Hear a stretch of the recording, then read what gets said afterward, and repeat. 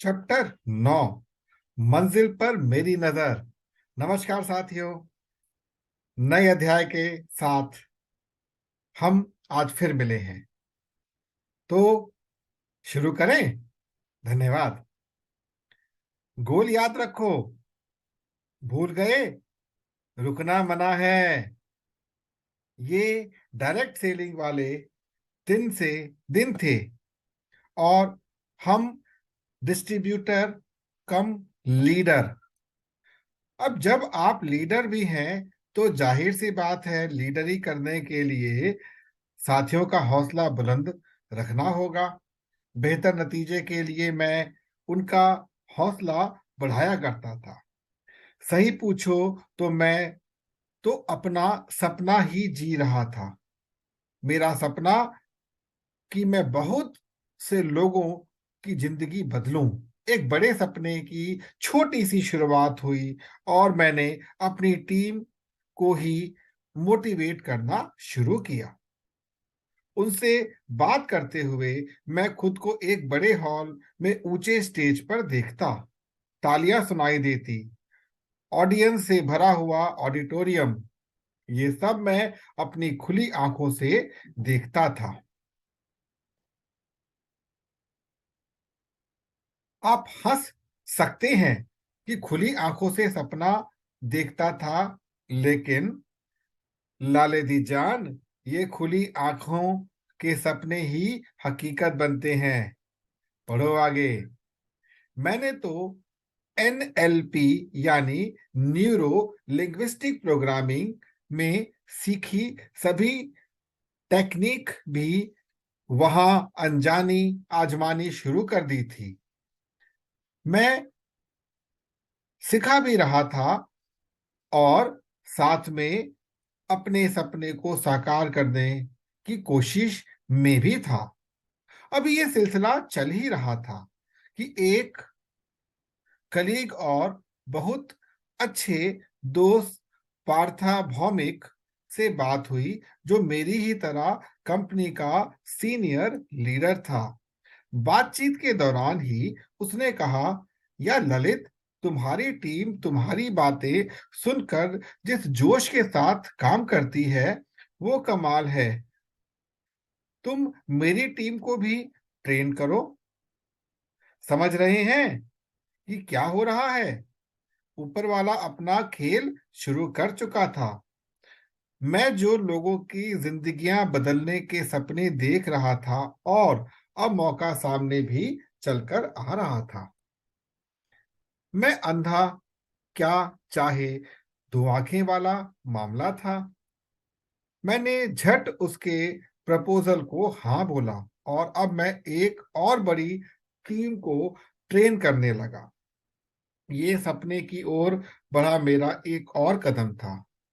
अब कोई भी बदलाव लोगों का ध्यान तो खींचता ही है। यहां भी वही हुआ। मैं दो टीम क्यों ट्रेन कर रहा हूं? ऐसा क्या खास है मेरी ट्रेनिंग में? टीम की फॉर्मेसिंग की तुलना होने लगी और फर्क सिर्फ मेरी ट्रेनिंग का था,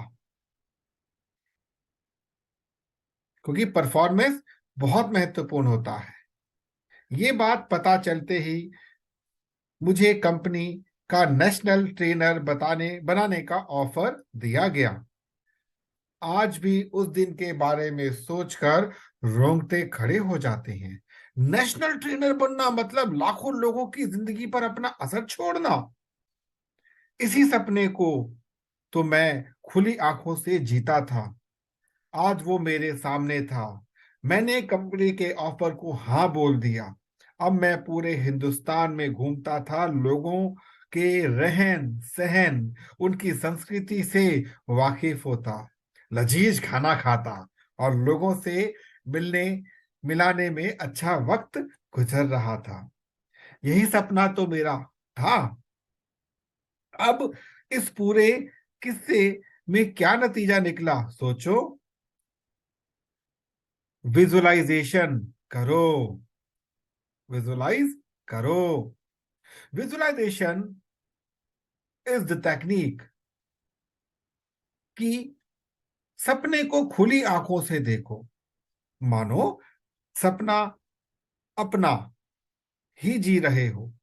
उसे हकीकत की तरह देखो, जैसे आर्टिफिशियल इंटेलिजेंस, कृत्रिम जो प्रोग्रामिंग होती है कि गेम में हम खुद गेम का हिस्सा बन जाते हैं ना, बस वैसे ही सपने को जियो, हर पल उसकी हकीकत को अपने आसपास महसूस करो।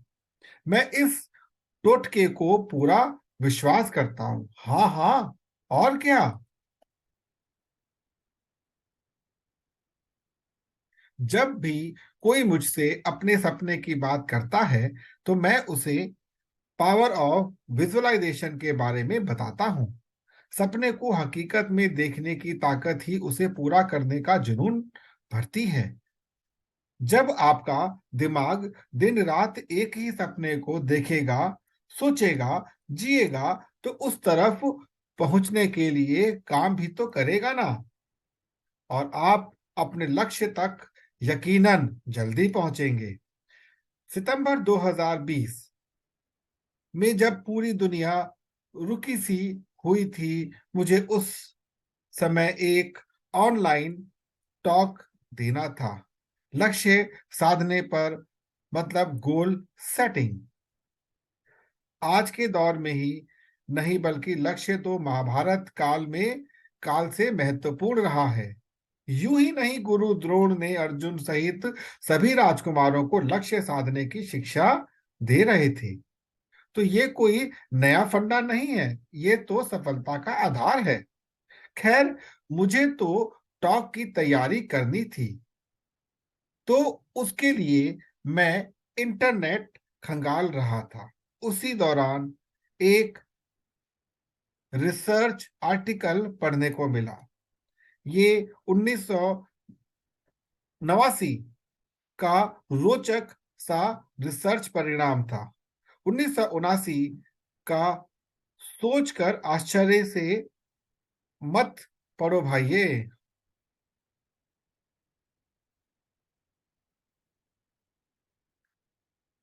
रिसर्च करने वालों ने ग्रेजुएशन करने वाले छात्रों से उनके लक्ष्य और उसे हासिल करने के लिए उनका प्लान ऑफ एक्शन यानी रोड मैप को लिखने के लिए कहा।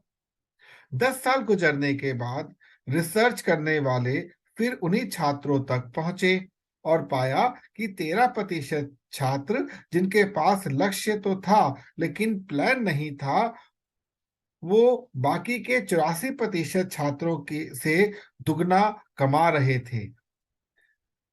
दुगना समझा? समझ रहे हो ना तुम? 100 तो वो 200।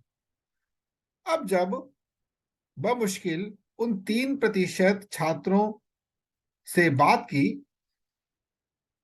हुई जिनका लक्ष्य और साधन यानी गोल एंड रोड मैप दोनों तैयार थे, तभी समाज में किसी प्रतिष्ठित प्रोजेक्ट पोजीशन पर थे और 10 गुना ज्यादा सफल थे। इनके पास क्या था? इनके पास लक्ष्य और योजना दोनों थी। 10 गुना। ठीक से पढ़ो मेरे भाई, 10 गुना। मैं ऐसे ही नहीं अपनी टीम और साथियों से कहता हूं कि भाई, ओ भाई, सुन लो, समझ लो, गांठ बांध लो। लक्ष्य जरूरी है, लेकिन रोड मैप वो है असल में खुल जा सिम सिम वाला मंत्र। अपने सपने तक पहुंचने के लिए लक्ष्य को साधना दोनों जरूरी है, अर्थात लक्ष्य और साधन दोनों जरूरी है। दिल्ली जाना है तो बिना रास्ता पता किए चल पड़े तो वही बात होगी कि जाना था जापान, पहुंच गए चीन। समझ गए ना?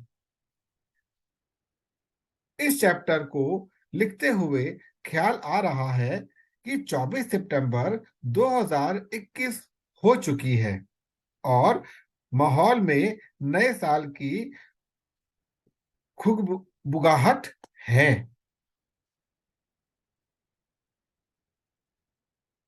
लोग बाग न्यू ईयर रेजोल्यूशन यानी नए साल में कुछ नया करने की कस्में खा रहे हैं। सोशल मीडिया भरा हुआ ऐसे रेजोल्यूशन की पोस्ट से सोशल मीडिया का जिक्र किया है तो आप सब भी मानेंगे कि ऐसे बहुत से लोग मिलते हैं जहां वहां जो केवल ट्रेड में रहने के लिए अनरियलिस्टिक यानी अवास्तविक व्यवहारिकता से कोसों दूर रेजोल्यूशन बनाते हैं। मजेदार बात यह है कि वो खुद भी जानते हैं कि ये उसके उनके बस की बात नहीं। फिर भी डिस्कवर हैप्पी हैबिट वेबसाइट पर एक रिसर्च के अनुसार रिजोल्यूशन लेने वाले लोगों में से मात्र 75% इसे आगे लेकर चल पाते हैं। मतलब 25% छटनी तो 1 जनवरी को ही हो गई। एक हफ्ते बाद संख्या करीब 71% रह जाती है और सर्दी के उन के गोले की तरह लुढ़कती फुड़कती 1 महीने में 64%। और जनाब 6 महीने की आजादी से 1 साल पहले फ्लोर 646। जी हाँ, मात्र 46% को याद रहता है कि क्या वायदा किया था खुद से। अब ये तो वो ही बता बता यही बात होगी कि माशूक से किया वादा क्या खाक याद रहेगा। माशूक से किया वादा क्या खाक याद रहेगा। खुद से ही मोहब्बत नहीं की जिसको उसका कौन भरोसा करेगा। समझे कि माशूक से किया वादा क्या खाक याद रहेगा। खुद से ही मोहब्बत नहीं जिसको उसका कौन भरोसा करेगा।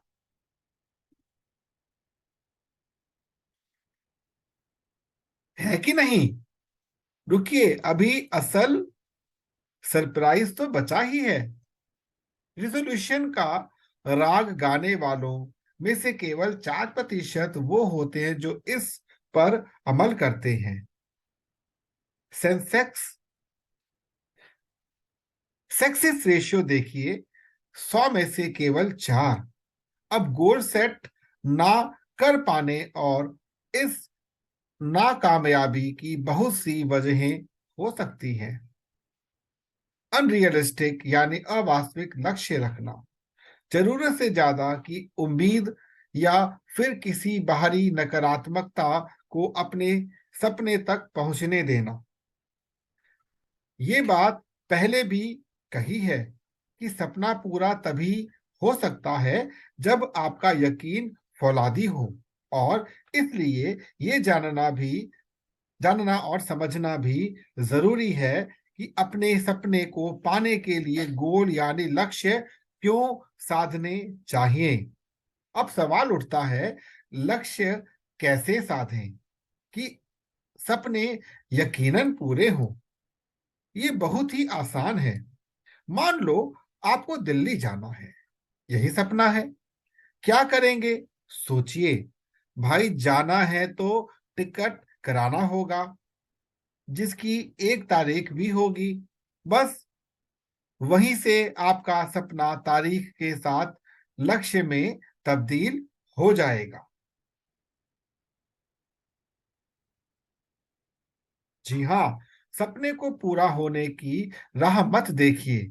1 तारीख के साथ उसे लक्ष्य में बदलना सपने को पूरी करने की ओर पहला कदम है। याद रखिए, जिस दिन आपने सपनों को 1 तारीख दे दी, आप अपने दिमाग को काम पर लगा देंगे कि अब ये तो करना ही है। लग जाओ काम पर। अगर आप सपने को बिना किसी तारीख, बिना किसी डेडलाइन के पूरा करने की मोहलत दे दी तो बस बीरबल की खिचड़ी होगी साहब। बनी तो बनी, वरना कच्चे पक्के चावल। आप लक्ष्य के बिना या तो कहीं नहीं जाएंगे या फिर बस गोल गोल घूमते रहेंगे। परिणाम नील बटे सन्नाटा।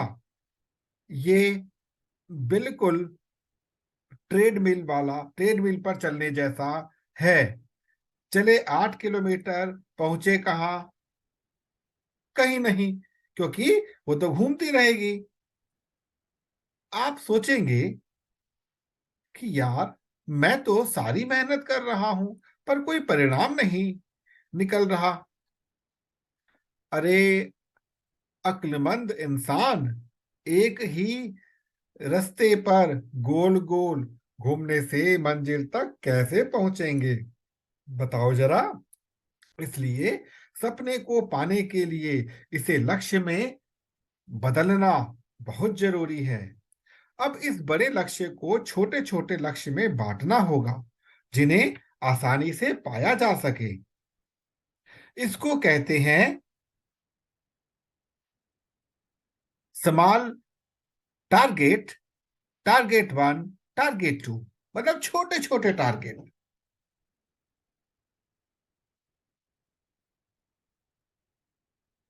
ये एक सीढ़ी की तरह होगा, एक के बाद एक को पूरा करते जाएं और सीढ़ी चढ़ते जाएं, गेम के लेवल की तरह। इस पूरी प्रक्रिया में हर छोटे लक्ष्य को पाने के लिए भी प्लान ऑफ एक्शन तय करना होगा। आप विदेशी खाना बनाएं या अपनी अध खिचड़ी, दोनों ही के लिए सामग्री तो चाहिए होगी। इन सभी लक्ष्य को दीजिए एक डेडलाइन। याद है, बीरबल की खिचड़ी नहीं बनानी, बल्कि सही मापदंड में डिश तैयार करनी है। प्लान ऑफ एक्शन बनाने के बाद भी इम्प्लीमेंटेशन, यानी कि क्रियान्वयन या अमल में लाने में लोग बाग चूक जाते हैं। एक किस्सा बताता हूं। जैसा कि बताया, अभी दिसंबर का महीना है और सर्दी पूरे शबाब पर है।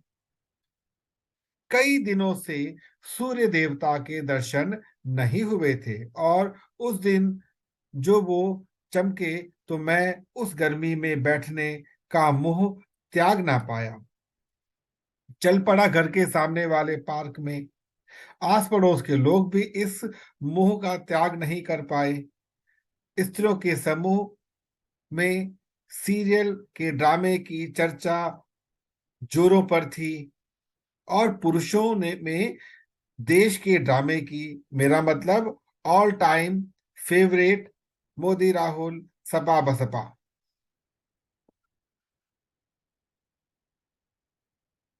मैं इन सबसे दूर बच्चे अपना मस्त दौड़ते भागते हंसी खेल में लगे थे।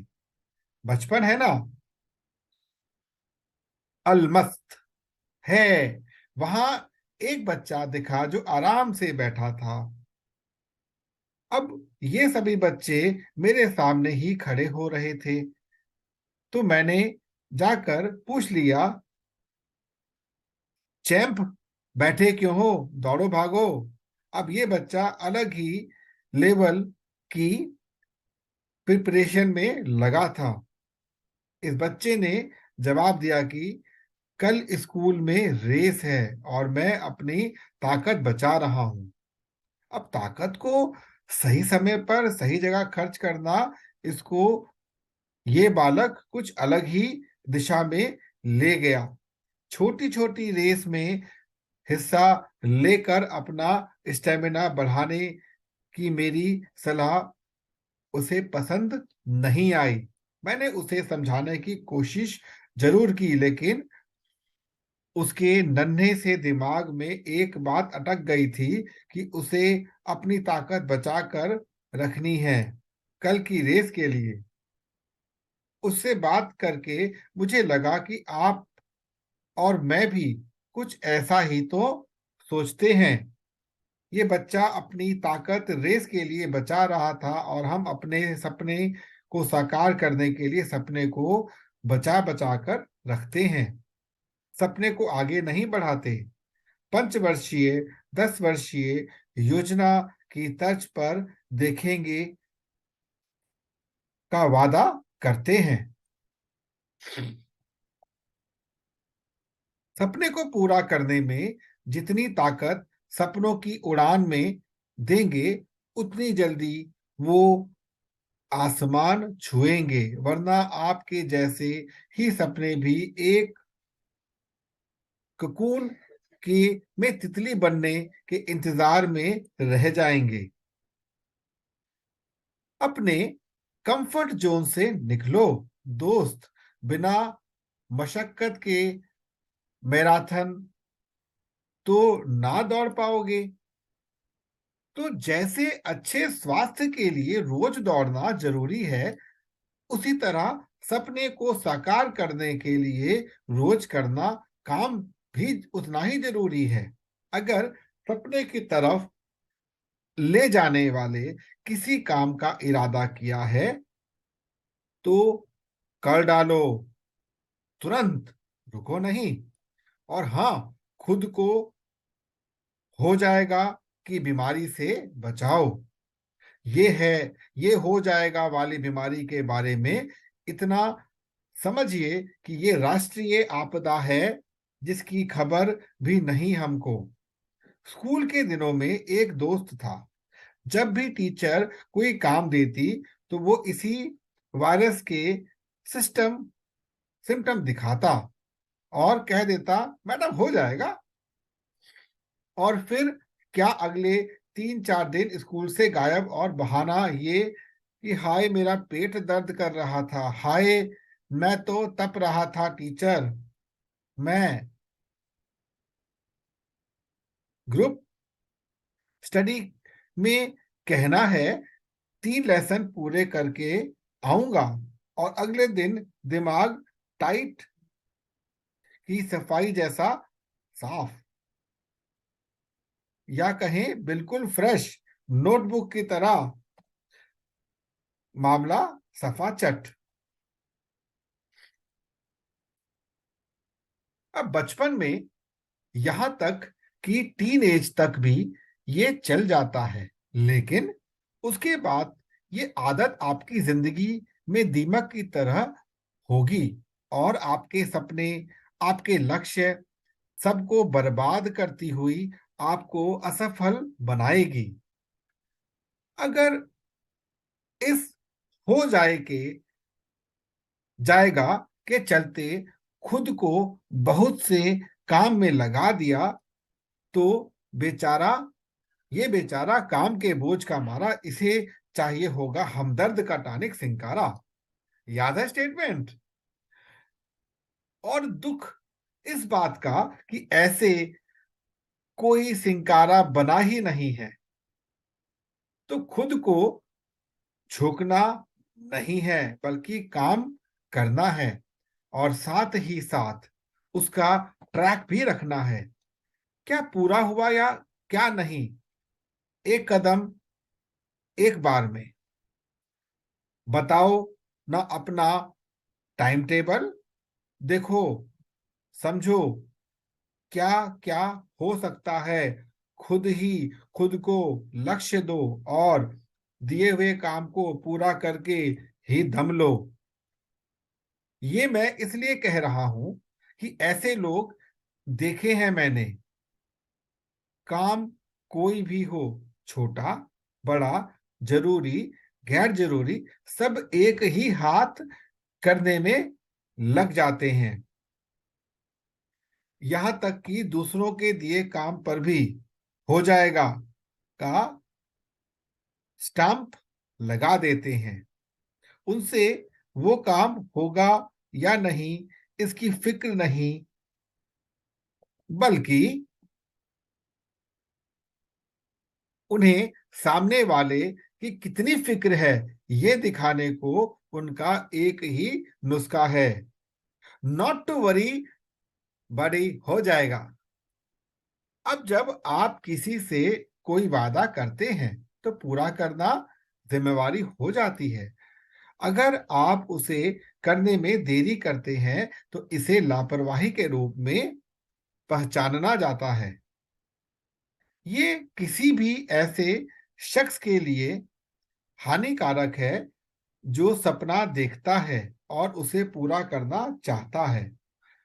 अब जब आप इस किताब को पढ़ते हुए यहां तक आए हैं तो ये तो तय है कि आपकी आंखों में सपने हैं। तो बस साथ बने रहो। और हाँ, टालम टोल वाली स्थिति में नहीं, बल्कि हठ इच्छा शक्ति के काम को पूरा करो। याद रखो, तुम्हारे सपने को दो ही लोग पूरा कर सकते हैं, पहले ईश्वर और दूसरे मोदी जी। नहीं यार, तुम खुद तुम खुद हो अपने सपनों के तालों की चाबी। ये मान लो कि अगर तुम अपने सपनों पर विश्वास नहीं रखते तो कहीं ना कहीं तुम उस ऊपर वाले पर भी संदेह कर रहे हो। सपने पर विश्वास उतना ही जरूरी है जितना कि ईश्वर पर, भगवान पर या उस ऊर्जा पुंज पर विश्वास।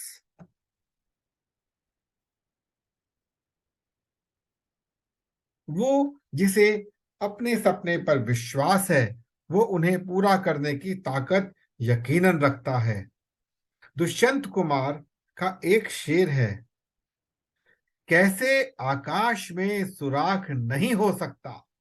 कैसे आकाश में सुराख नहीं हो सकता, एक पत्थर तो तबीयत से उछालो यारो। एक टोटका बताता हूं, जितने लोगों को बता सको उनको उतनों को बताओ कि तुम्हारा सपना क्या है। हाँ हाँ, बड़े बुजुर्गों ने ऐसा करने को मना किया है। वो तो यहाँ तक कहते हैं कि ऐसे काम करो कि दूसरे काम को, कान को, हाथ को खबर ही ना मिले। और मेरी क्या मजाल कि मैं उनकी बात न कारूं। लेकिन बंधु, हमारी जिंदगी हमारे बड़े बुजुर्गों सी कहाँ रही। तो काम करने का तरीका भी तो बदलना है ना। मेरा मानना है कि अपना सपना लोगों को बताओ। होगा क्या इससे? देखो, तुम उठने के लिए 2, 4, 6 अलार्म लगाते हो। क्यों लगाते हो? सही कह रहा हूं ना?